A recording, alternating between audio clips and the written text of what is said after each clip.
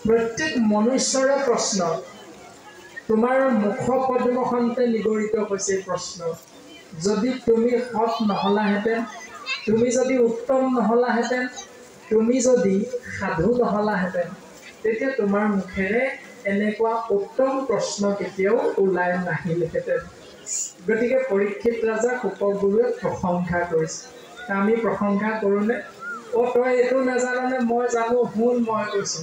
আৰু সেই নজনাজনৰ কথাটো বেলেগ দহজনৰ আগত কৈ থাকিম সেই ৰাইজনে শৰণো ল'লে ভজনো ল'লে আমুক যে এইটোকে নাজানে কালি মোক সুধিলে বুজিছা কেনেকেনো শৰণ ভজন ল'লে আৰু আমি সেইজনৰ অৰ্থনা বদনাম আনৰ আগত গাই থাকোঁগৈ কিন্তু শাস্ত্ৰই সেই এজন মহামুনিৰ আচৰণটো ইমান সুন্দৰভাৱে প্ৰকাশ কৰিছে আৰু এজন ৰজাৰ আচাৰ আচৰণ ইমান সুন্দৰভাৱে দৰ্শন কৰাইছে আমি কিন্তু এজন সাধাৰণ মনুষ্য ৰজাৰ আচৰণ আৰু আমি মনুষ্যৰ আচৰণ কেনেকুৱা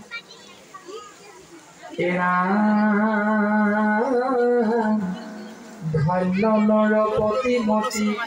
উত্তম তোমাৰ পুচিলা যিটো কথা